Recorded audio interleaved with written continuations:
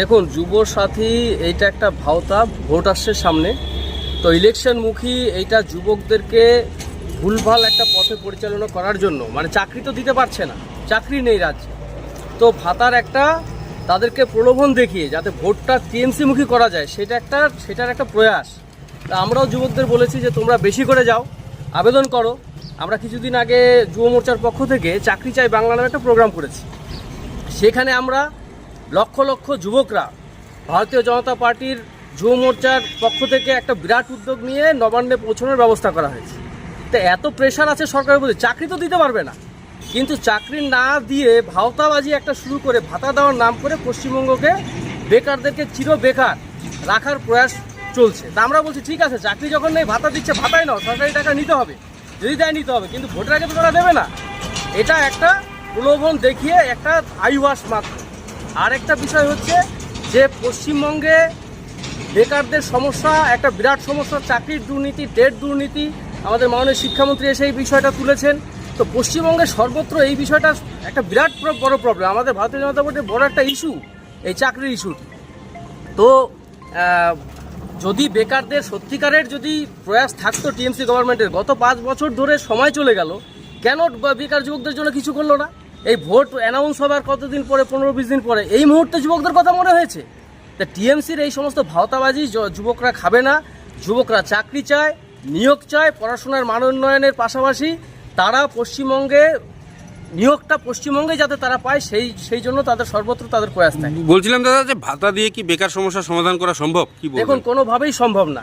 টিএমসির নেতাদের ছেলেমেয়েরা বড় স্কুলে পড়বে, বড় বড় কনভেন্ট স্কুলে পড়বে, তারা বিরাট বড় জায়গায় চাকরি পাবে, এবং তারা বালি মাফিয়া থেকে শুরু করে সিন্ডিকেট, তারা সমস্ত ধরনের করবে, লাইসেন্স বের করে সমস্ত কিছু তারা করবে। মুষ্টিমেয় কিছু লোকের উন্নয়ন হবে, আর বেকারদেরকে ভাতা নেওয়ার জন্য লাইনে দাঁড় করিয়ে দিয়েছে।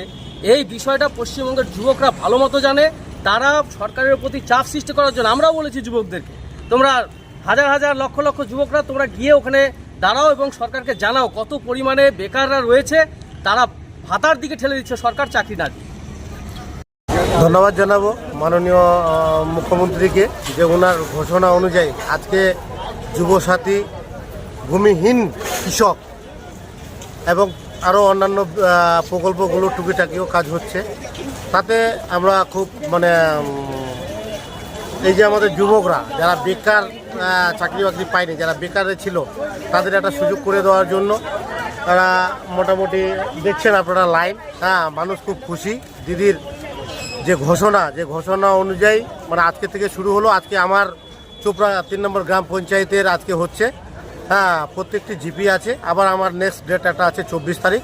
আমি সর্বস্তরের মানুষের কাছে আহ্বান করব, আপনারা শান্তি শৃঙ্খলা বজায় রেখে দিদির যে উন্নয়নের যে ধারা, সেই ধারাকে আমরা অব্যাহত রাখার জন্য আমরা পাড়ায় পাড়ায়, টলায় টলায় আমরা খবর দিয়েছি, যুবক যুবতীদের আমরা খবর দিয়েছি, নির্বিঘ্নে শান্তিপূর্ণভাবে নিয়ে আসে ফর্ম ফিল আপ করুক। বাকি আমরা আছি তদারকিতে, দেখছি, আমাদের ছেলেরাও আছে সহযোগিতা করার জন্য। খুবই ভালো।